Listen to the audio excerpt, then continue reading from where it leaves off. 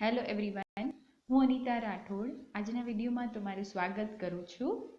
આજે આપણે ધોરણ 12 વિષય કમ્પ્યુટરમાં પ્રકરણ નંબર 2 કેસ્કેડિંગ સ્ટાઇલ શીટ અને જાવાસ્ક્રિપ્ટમાં બીજો જે ભાગ છે એના પર ચર્ચા કરીશું.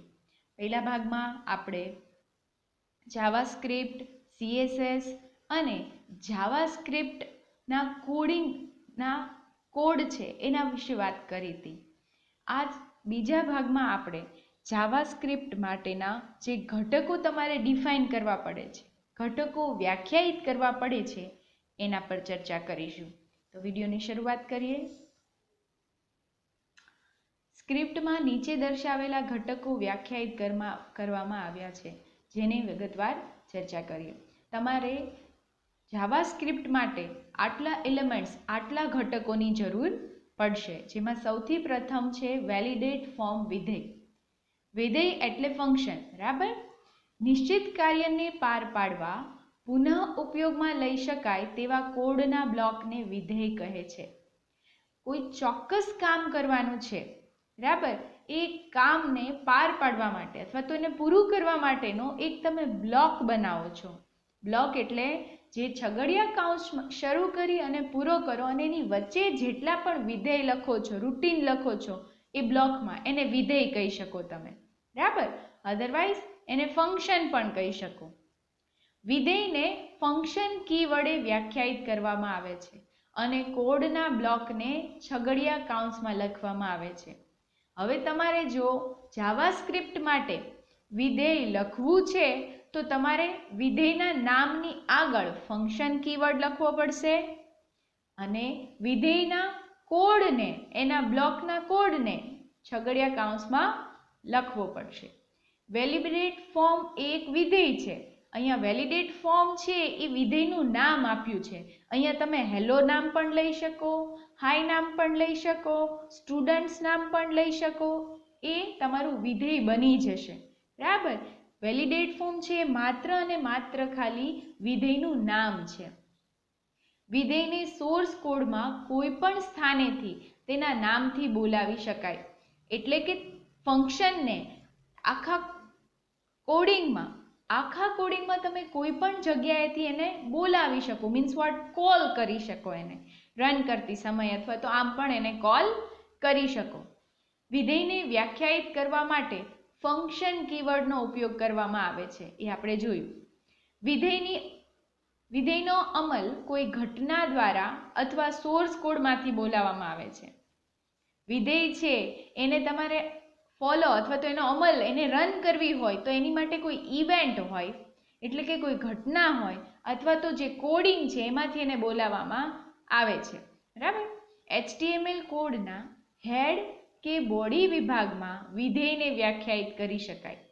સેમ ઇટ ઇઝ, તમે HTMLમાં હેડ કે બોડીમાં વિધેય છે એને ડિફાઇન કરી શકો છો. ફંક્શન, દેન વેલિડેટ ફોર્મ. આ જ વસ્તુ તમે બોડીમાં પણ લખી શકો HTMLના, અને HTMLના હેડમાં પણ ફંક્શન, વેલિડેટ ફોર્મ આ નામનું વિધેય ડિફાઇન કરી શકો, વ્યાખ્યાયિત કરી શકો.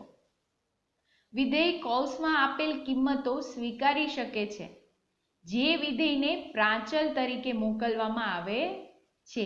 હવે તમે જો વેલિડેટ ફોર્મ વિધેયની બાજુમાં એક જે નાનો બ્રેકેટ દેખાય છે, બરાબર, એમાં પણ તમે કિંમતો આપી શકો, એટલે કે પેરામીટર આપી શકો છો. કિંમતો એ સ્વીકારે છે.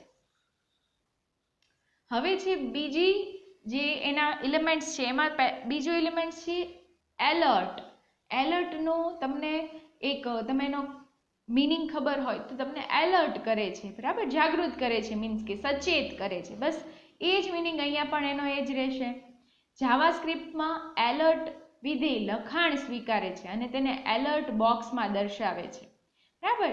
જાવાસ્ક્રિપ્ટમાં તમારે યુઝર્સને કાંઈ એલર્ટ આપવા હોય અથવા તો એને આમ ન કરવું જોઈએ અથવા તો કોઈ પણ વસ્તુ વિશે તમારે એને એલર્ટ કરવા હોય ત્યારે તમે આનો યુઝ કરી શકો, બરાબર. એ પણ તમારું જે ટેક્સ્ટ છે, લખાણ છે, એ જ સ્વીકારશે અને એ છે એ એલર્ટ બોક્સમાં દર્શાવશે, બરાબર. તમને જે રીતે પ્રિન્ટ document.write થી તમે લખાણ ડિસ્પ્લે કરી શકતા હતા, એલર્ટ બોક્સથી એ ડિસ્પ્લે નહીં થાય, બરાબર. એલર્ટથી એ તમને એલર્ટ બોક્સ આવી અને જતું રહેશે. તો એનું ઉદાહરણ તમને એક આપ્યું છે, આપણે જોઈએ. Function hello. અહીંયા હેલો નામનું ફંક્શન વિધેય લીધેલું છે અને જે છગડીયો કાઉન્સ છે એ એનો બ્લોક છે. કોનો બ્લોક છે? હેલો ફંક્શનનો બ્લોક છે. બરાબર. હવે હેલો ફંક્શનની અંદર આપણે જઈએ તો એક એલર્ટ લીધેલું છે અને એલર્ટમાં વેલ્યુ આપી છે હેલો એવરીવન. જ્યારે હેલો નામનું વિધેય બોલાવવામાં આવે ત્યારે હેલો એવરીવન સાથેનું એલર્ટ બોક્સ દર્શાવવામાં આવશે. એટલે કે જ્યારે હેલો નામનું વિધેય છે એ કોલ થશે, રન થશે, ત્યારે હેલો એવરીવન નામનો જે મેસેજ છે એ એલર્ટ બોક્સમાં દેખાડવામાં આવશે. હવે એક રિટર્ન કીવર્ડ આવે છે આમાં. જાવાસ્ક્રિપ્ટના વિધેયનો અમલ અટકાવી કોઈ પણ નિશ્ચિત કિંમત પરત કરતું વિધાન છે. તમારે છે એ જાવાસ્ક્રિપ્ટમાં કોઈ અમુક ઘટનાઓ ઘટવી ન જોઈએ. તમે એવું કહેવા માંગતા હોય જો આમ થાય તો એ રિટર્ન થવું જોઈએ, ત્યારે તમે રિટર્ન કીવર્ડની મદદથી કોઈ નિશ્ચિત બ્લોક છે એને રન કરતા અટકાવી અને એ તમને વિધાન અથવા તો એ જે કિંમત છે એ પરત કરે છે. સો ત્યારે તમે રિટર્ન કીવર્ડ યુઝ કરી શકો છો. હવે છે ઇવેન્ટ, ઘટના. ઉપયોગકર્તા દ્વારા કરવામાં આવતી ક્રિયાનો પ્રતિભાવ આપે તેવા સંવાદિત વેબ પેજની રચના કરવા માટે જાવાસ્ક્રિપ્ટ ઉપયોગી છે. એટલે કે ઉપયોગકર્તા યુઝર્સ છે એ પોતાના પ્રતિભાવ આપે, પ્લસ તમે એમાં ઇન્ટરેક્ટિવ, બરાબર, સંવાદિત મીન્સ વોટ, ઇન્ટરેક્ટિવ વેબ પેજની રચના કરવા માટે જાવાસ્ક્રિપ્ટ ઉપયોગી છે. બરાબર. ટૂંકમાં કહીએ તો ઉપયોગકર્તા અને વેબ પેજ વચ્ચેના સંવાદન દ્વારા ઉત્પન્ન થતી વસ્તુ એટલે ઘટના. તમે અને વેબ પેજ, ઉપયોગકર્તા એટલે કે યુઝર્સ અને વેબ પેજ વચ્ચે જે ઇન્ટરેક્શન થાય છે એને તમે, અથવા તો એ જે વસ્તુ થાય છે એને તમે ઘટના કહી શકો. બરાબર. તમે ક્લિક કરો છો તો પણ એ ઘટના છે, તમે ટેક્સ્ટ ટાઈપ કરો છો એ પણ ઘટના છે, તમે સિલેક્ટ કરો છો એ પણ ઘટના છે, અને તમે ફોર્મ આખું ફિલઅપ થઈ ગયા પછી એને સેન્ડ કરો છો, સબમિટ કરો છો તો પણ એ ઘટના જ છે. બરાબર. સો આને તમે ઘટના કહી શકો છો. હવે ઘટના સંચાલક, ઇવેન્ટ હેન્ડલર.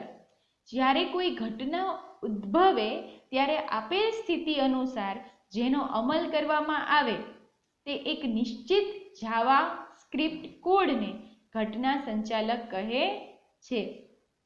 તમે જે ઘટના છે એ ઉદ્ભવી, બરાબર, એને વ્યવસ્થિત એનો અમલ કરે એને તો કે ભાઈ ઘટના સંચાલક કહેવાય. આપણે જોતા જઈએ ઉદાહરણથી, ઇવેન્ટ હેન્ડલરનું નામ ઘટનાના નામ જેવું જ રાખવામાં આવે છે. જેમ કે ક્લિક ઘટના માટે ઇવેન્ટ હેન્ડલરનું નામ ઓન ક્લિક છે. જોયું ને તમે ક્લિક કરો છો તો પણ એ ઇવેન્ટ છે.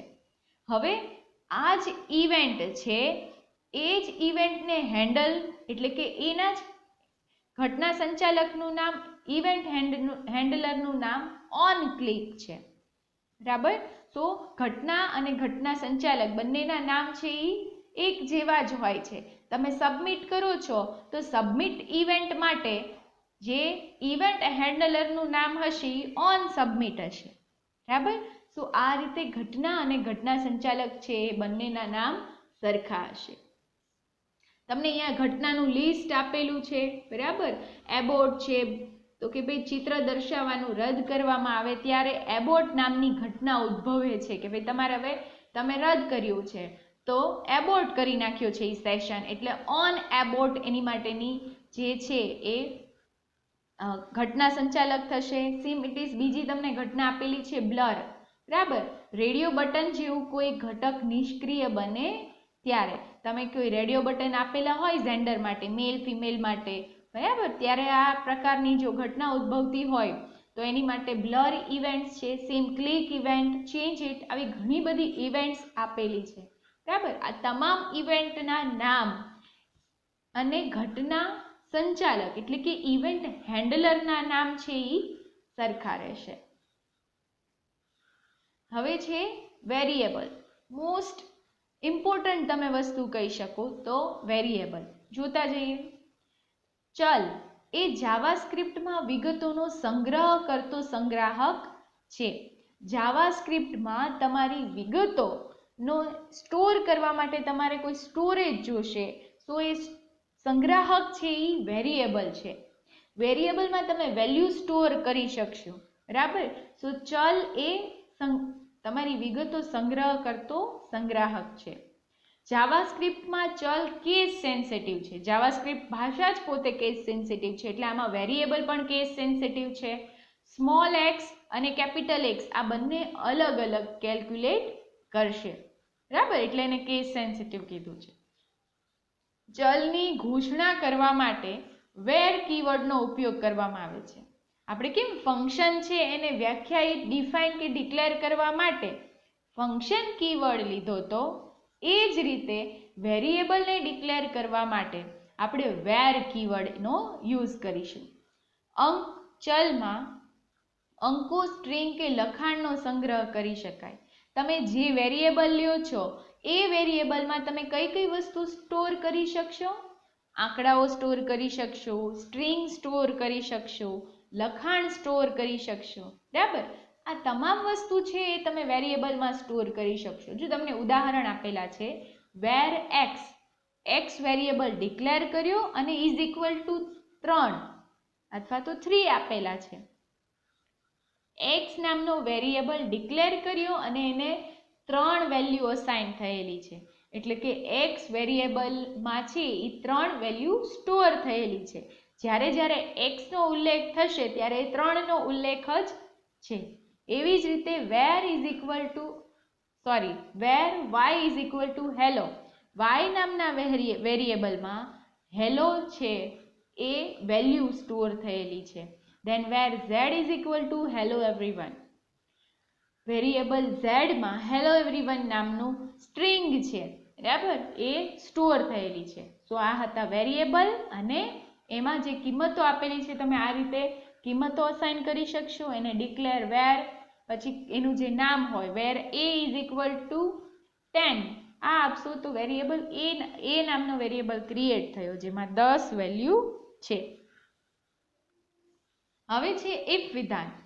પ્રોગ્રામનો પ્રવાહ બદલવા માટે શરતી વિધાન ઇફનો ઉપયોગ કરવામાં આવે છે. તમારે પ્રોગ્રામનો પ્રવાહ બદલવો છે તો તમે એની માટે ઇફ જે છે કન્ડિશનલ સ્ટેટમેન્ટ ઇફનો યુઝ કરી શકશો. કોઈ નિશ્ચિત શરતની યથાર્થતા તપાસવા માટે ઇફ વિધાન પદાવલીનું મૂલ્યાંકન કરે છે. તમે કોઈ શરત મૂકી હોય, તમે મેથ્સમાં ઇફ જો તો તમે ભણી ગયા છો, ખ્યાલ હોય તો, જો આમ થાય તો આમ થવું જોઈએ, બરાબર. તો જ એ જ વસ્તુ છે આમાં કે ભાઈ જો ઇફ છે એમાં અમુક તમને પદાવલી એટલે કે એક્સપ્રેશન આપેલું છે એ ચકાસશે. જો એક્સપ્રેશન સાચું હોય તો અમુક જે તમે કન્ડિશન મૂકી હોય એ થશે, અધરવાઇઝ રિઝલ્ટ તમને ફોલ્સ મળશે, બરાબર. જો શરત સાચી હોય તો પ્રોગ્રામ ઇફ વિધાન બ્લોકમાં પ્રવેશી તેમાં વિધાનનો અમલ કરે છે. એટલે કે તમારી કન્ડિશન તમે જે ઇફ વિધાન સાથે મૂકી છે એ સાચી હશે તો અને તો જ શું થશે તો કે ભાઈ એ ઇફના બ્લોકમાં, એટલે કે ઇફ પછી તમે જે છગડીયો કાઉન્સ કર્યો હશે એમાં એન્ટ્રી લેશે અને એ જે સ્ટેટમેન્ટ હશે એનો ઉપયોગ કરશે. હવે જો તમને એક ઉદાહરણ આપેલું છે કે ભાઈ એક્સ ચલની કિંમત ખાલી છે કે નહીં તે ચકાસવા માટે ઇફ વિધાનનો ઉપયોગ કર્યો છે. જો એક્સ ખાલી હોય તો તમારો બ્લોક રન થવો જોઈએ. જો એક્સમાં કંઈક વેલ્યુ હોય તો રન થવો જોઈએ નહીં. એક્સ ઇઝ ઇક્વલ ટુ 0 દેન તમને એક્સ ઇઝ એમ્પ્ટી એવું પ્રિન્ટ થાય. જો એક્સમાં 5 સ્ટોર થયેલા હોય તો તમારો ઇફ છે સ્ટેટમેન્ટનો અમલ થતો નથી, બરાબર. આ હતું તમારું ઇફ સ્ટેટમેન્ટ. હવે છે બ્રાઉઝર ઓબ્જેક્ટ મોડેલ. તમે એને ડોક્યુમેન્ટ ઓબ્જેક્ટ મોડેલ પણ કહી શકો છો, બરાબર, પણ એને બોમ્બના નામથી ઓળખવામાં આવે છે અને આનું ફૂલ ફોર્મ અવારનવાર પૂછાતું હોય છે. સો બ્રાઉઝર ઓબ્જેક્ટ મોડેલ. હવે વેબ બ્રાઉઝરના નિયંત્રણ માટે જાવાસ્ક્રિપ્ટનો ઉપયોગ કરવામાં આવે છે. વેબ બ્રાઉઝરના જે controlling, web browser means what Google chrome છે, મોઝિલા ફાયરફોક્સ છે, આના કંટ્રોલિંગ માટે આપણે જાવાસ્ક્રિપ્ટનો યુઝ કરતા હોઈએ છીએ. ઉદાહરણ તરીકે ધારો કે તમારે વેબ પેજને બદલવાની કે તેમાં આવેલા ઘટકોનું નિયંત્રણ કરવાની જરૂર છે તો તમે શેનો આ જે જાવાસ્ક્રિપ્ટ છે એનો યુઝ કરશો. વેબ બ્રાઉઝરની વિન્ડો કે વેબ પેજના નિયંત્રણ માટે બ્રાઉઝર ઓબ્જેક્ટ મોડેલનો ઉપયોગ કરવામાં આવે છે. બોમ્બનો યુઝ કરવામાં આવશે. તમામ બ્રાઉઝરને જુદા જુદા વિભાગોમાં અથવા ઘટકોમાં વિભાજિત કરવામાં આવે છે જેને જાવાસ્ક્રિપ્ટ દ્વારા ઉપયોગમાં લઈ શકાય. બ્રાઉઝરના જે અલગ અલગ પાર્ટ્સ, જે વિભાગો હોય, એલિમેન્ટ્સ હોય, એ તમામને ડિવાઈડ કરવામાં આવે, બરાબર, અને દેન જાવાસ્ક્રિપ્ટ દ્વારા એને યુઝ કરવામાં આવે છે. આ વિભાગોને બ્રાઉઝર ઓબ્જેક્ટ મોડેલ અથવા તો બોમ્બ તરીકે ઓળખવામાં આવે છે. હવે આ જે બોમ્બ છે એમાં વિન્ડોઝ એ બ્રાઉઝરના પદાનુક્રમમાં સૌથી ઉપરના સ્તરનો ઓબ્જેક્ટ છે. બ્રાઉઝર ઓબ્જેક્ટ મોડેલનું સૌથી ફર્સ્ટ લેયર છે એ ઓબ્જેક્ટ તો કે ભાઈ વિન્ડોઝ છે. વિન્ડોઝ એ બ્રાઉઝર ઓબ્જેક્ટ મોડેલ છે એનું ફર્સ્ટ લેયર છે. તમને ઓલવેઝ એક્ઝામમાં પૂછાય છે, સો યાદ રાખવું કે ભાઈ બ્રાઉઝર ઓબ્જેક્ટ મોડેલમાં વિન્ડોઝ એ સૌથી ફર્સ્ટ લેયર છે એ વિન્ડોઝ છે. બ્રાઉઝરમાં દેખાતી વિન્ડો કે તેમાં આવેલા ઘટકોને બદલવા માટે બ્રાઉઝર ઓબ્જેક્ટ મોડેલમાં આવેલા ગુણધર્મો અને પદ્ધતિનો ઉપયોગ કરવામાં આવે છે. બરાબર, તમને જે સ્ક્રીન દેખાય છે એમાં જરૂરી ગુણધર્મો હોય, એટલે કે એની પ્રોપર્ટીઝ હોય અને મેથડ્સ હોય, તો એ ચેન્જીસ કરવા માટે પણ તમે વિન્ડોઝ છે એનો યુઝ બોમ્બ દ્વારા કરવામાં આવે છે, એટલે કે બ્રાઉઝર ઓબ્જેક્ટ મોડેલ દ્વારા કરવામાં આવે છે. બ્રાઉઝર ઓબ્જેક્ટ મોડેલમાં ઓબ્જેક્ટ બનાવવાની જરૂર પડતી નથી, પરંતુ જ્યારે બ્રાઉઝર વેબ પેજ દર્શાવે ત્યારે તેની રચના આપોઆપ થતી હોય છે. જો કોઈ ઓબ્જેક્ટ નહીં ક્રિએટ કરે બોમ્બ, પણ તમે જ્યારે કોઈ વેબ પેજ, વેબસાઇટ ઓપન કરશો ત્યારે આપોઆપ એનું ક્રિએશન થઈ જશે, બરાબર, તમારે કંઈ કરવાની જરૂર રહેતી નથી. બ્રાઉઝર ઓબ્જેક્ટ મોડેલ છે એ તમને દેખાડેલું છે. જો એમાં ફર્સ્ટ જ લખેલું છે વિન્ડો, દેન ફ્રેમ, પેરેન્ટ, સેલ્ફ અને ટોપ, બરાબર. પછીનું સેકન્ડ છે હિસ્ટ્રી, ડોક્યુમેન્ટ, લોકેશન. તમે તમારા વેબ બ્રાઉઝરમાં હિસ્ટ્રી એક પાર્ટ જોતા હશો, બરાબર. મેનુ બારમાંથી તમે હિસ્ટ્રી ઓપન કરતા હો છો, લોકેશન, ડોક્યુમેન્ટ્સ પણ ઓપન કરતા હો છો. તો આ છે વેબ બ્રાઉઝરના એલિમેન્ટ્સ છે, એના ઘટકો છે. પછી લિંક ઓપન કરતા હો છો, ફોર્મ છે, બરાબર. સો આ તમારું બ્રાઉઝર ઓબ્જેક્ટ મોડેલ છે જેનું ફર્સ્ટ લેયર સૌથી પહેલા તમને વિન્ડોઝ દેખાય છે. હવે એમાં વિન્ડોઝ વિશે વાત કરીએ. બ્રાઉઝર ઓબ્જેક્ટ મોડેલમાં સૌથી ઉપરનો સ્તરનો ઓબ્જેક્ટ વિન્ડોઝ છે. વિન્ડોઝ ઓબ્જેક્ટ બ્રાઉઝરની વિન્ડો અને તેમાં આવેલી સ્વતંત્ર ફ્રેમને રજૂ કરે છે અને તેની રચના બ્રાઉઝર દ્વારા આપોઆપ કરવામાં આવે છે. ઓટોમેટિક એની રચના થઈ જશે.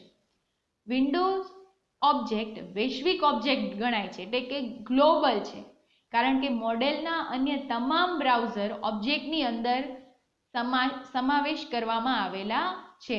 એટલે કે જે વિન્ડોઝમાં તમને અલગ અલગ તમે જે મોડેલ્સ જોયા, બરાબર, એ તમામ છે એ કે ભાઈ વિન્ડોઝમાં ઇન્ક્લુડિંગ છે, બરાબર, એટલે એની અંદર સમાયેલા છે.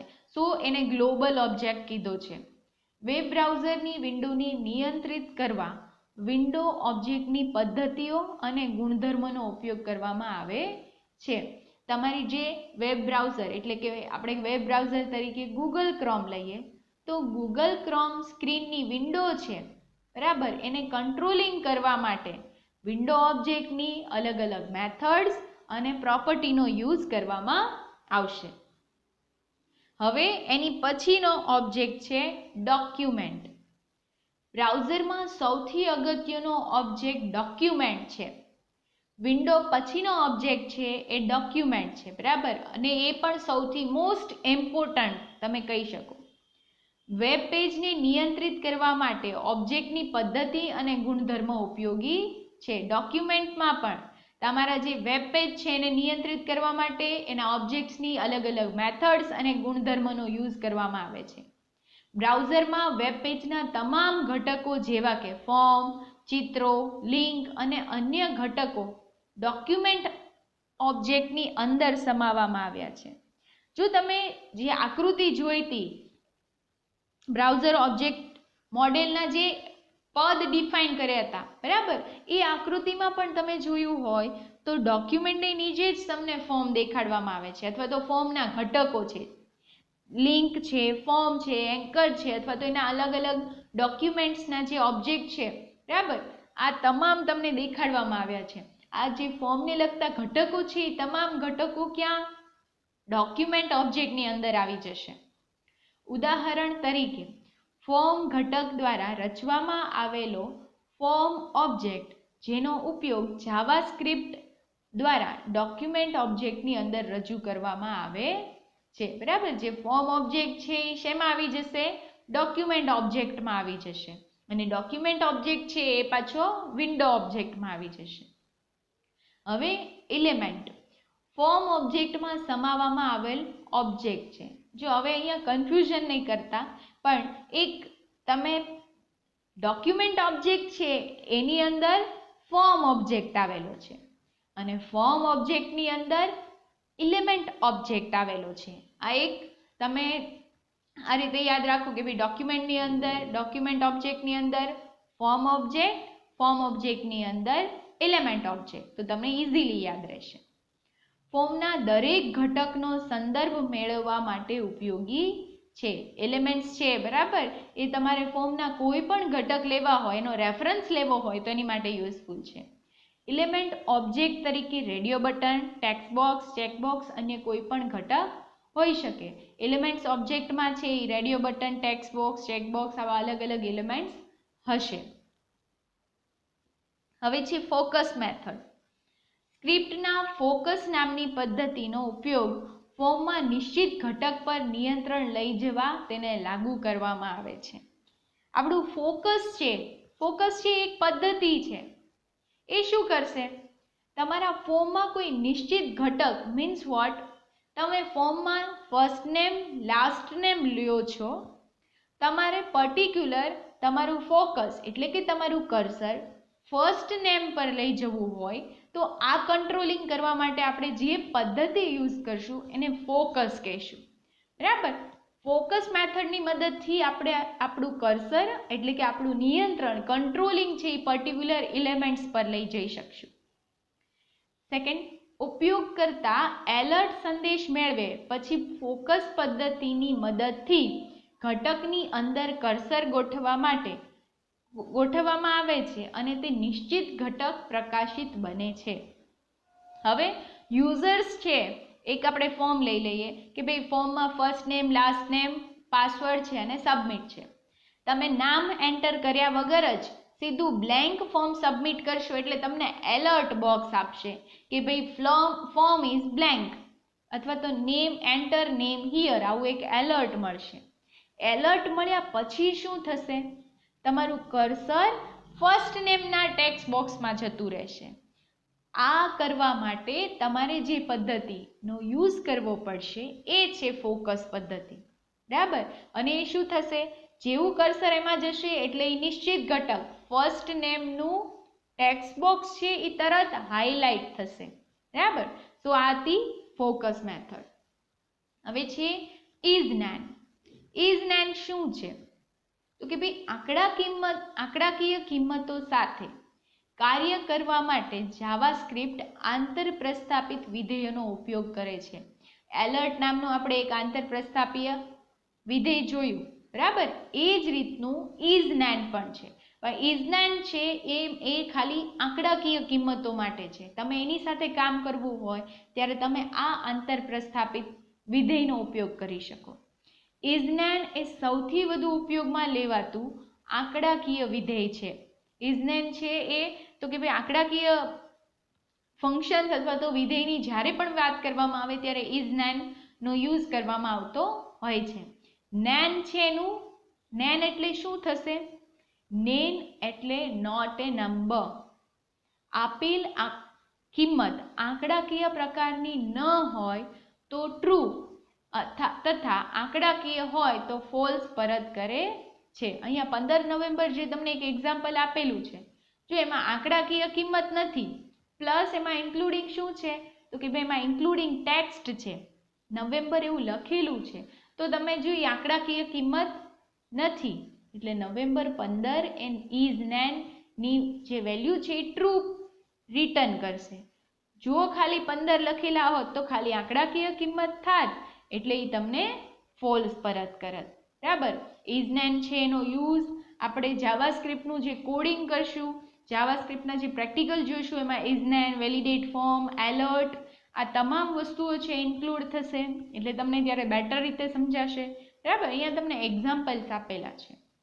ઇઝ નેન 1 2 3 ખાલી 1 2 3 છે તો ફોલ્સ આવશે. જો આંકડાકીય કિંમત હોય તો ફોલ્સ પરત કરશે, અને જો આંકડાકીય પ્રકારની કિંમત ન હોય, આંકડા સિવાયની કોઈ પણ હોય, તો તમને શું પરત કરશે? ટ્રુ વેલ્યુ પરત કરશે. બીજું એક્ઝામ્પલ જો, ઇઝ નેન હેલો ટ્રુ પરત કર્યું છે. Is NaN 1 2 3 ABC true. બરાબર. જો આંકડાકીય કિંમત નહીં હોય તો શું થશે? તો એ તમને ટ્રુ વેલ્યુ પરત કરશે. જો ખાલી આંકડાકીય કિંમત હશે તો તમને એ ફોલ્સ પરત કરશે. હવે પછીના વિડીયોમાં આપણે જાવાસ્ક્રિપ્ટ પ્લસ HTML ફોર્મ બંનેનું પ્રેક્ટિકલ જોશું. પ્રેક્ટિકલ પોર્શનમાં તમને તમામ બાબતો આપણે અત્યારે જે ચેપ્ટર્સમાં જોઈ, બરાબર, document.write, CSS plus including validate form, alert આ તમામ વસ્તુઓ છે એ આપણે પ્રેક્ટિકલી જોવાના છીએ હવે. સો નેક્સ્ટ વિડીયોમાં આપણે બીજા ચેપ્ટરનું અને પ્લસ પહેલા ચેપ્ટરનું HTML ફોર્મ છે એ બંનેનો પ્રેક્ટિકલ વિડીયો જોઈશું. તો ત્યાં સુધી આવજો. Take care. બાય.